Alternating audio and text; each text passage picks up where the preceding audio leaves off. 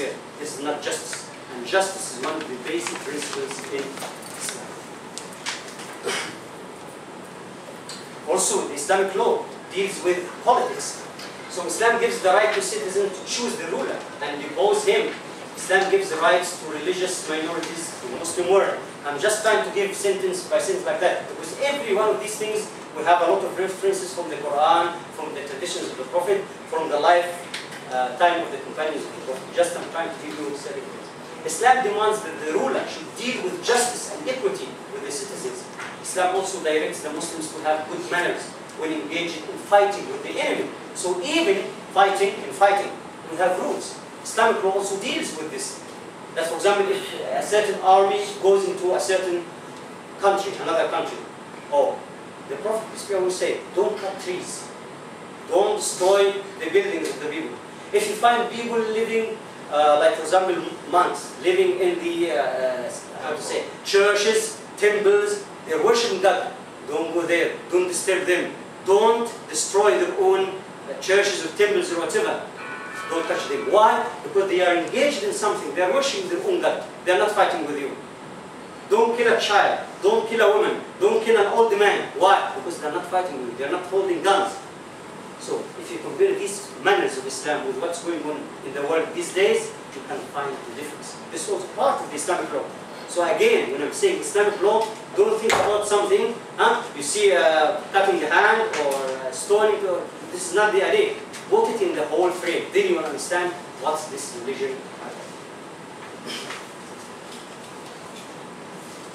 And of course, to respect treaty between the Muslims and other countries if they sign certain treaties. Now, we have the laws, the Islamic law in our life. Does punishment is the only way to deter a Muslim or to make him follow the Islamic law? Or follow the law of Allah? For example, Islam say, don't drink, don't steal. Is punishment only like cutting the hand is deterring the Muslim from doing that?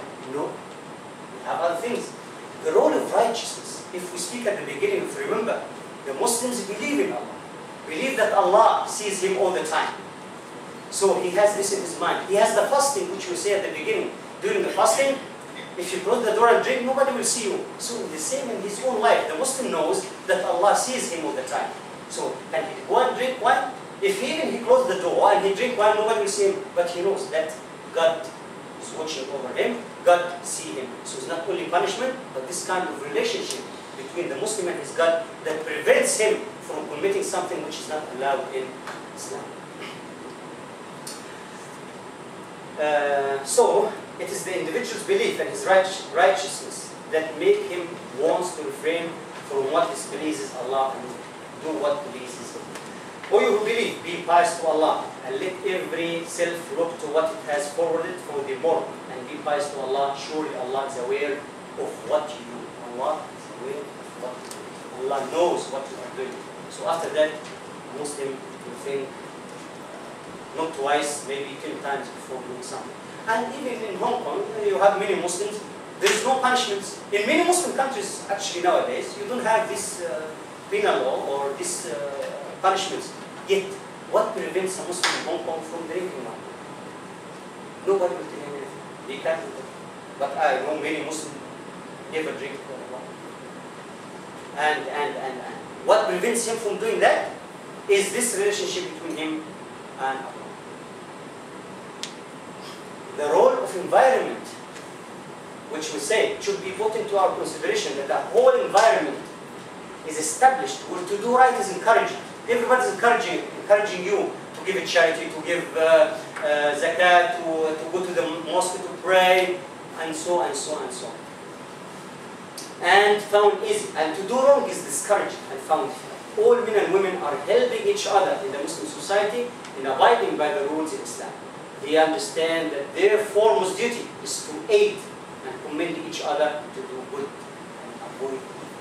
So, role of righteousness inside the heart, the relationship between a Muslim and his God, and the environment, the society, is helping the Muslim to abide by Islamic law, or what to do, what not to do in Islam. Consequences of applying Shariah or the Islamic law. And remember, please remember all the time, when we say Islamic law, Shariah, your mind doesn't come to punishments only, or the Islamic criminal code, Islamic penal code. Think about the Islamic law as a whole. So what are the consequences of applying Sharia in our life? In most Muslim countries, they apply the Islamic law without the punishments. In most Muslim countries. The Sharia provides Muslim societies with comparative stable family life. The Muslim family, they have a stable family life. Absence of delinquency. Low crime rates. Much greater freedom from drug and alcoholism. Not because of punishments, as you say, because of this relationship between a Muslim and life. Warmth of brotherhood. Generosity. Many people actually who visit Muslim countries, like those people like Planet and these programs that come on TV, they say it many times. When they go to a certain Muslim country, they say they are so generous. From where does this come, this Islamic manners? And mutual aid. And by this, I end my presentation. Thank you very much for listening. And please, if you have any question, feel free to ask. And I hope, inshallah,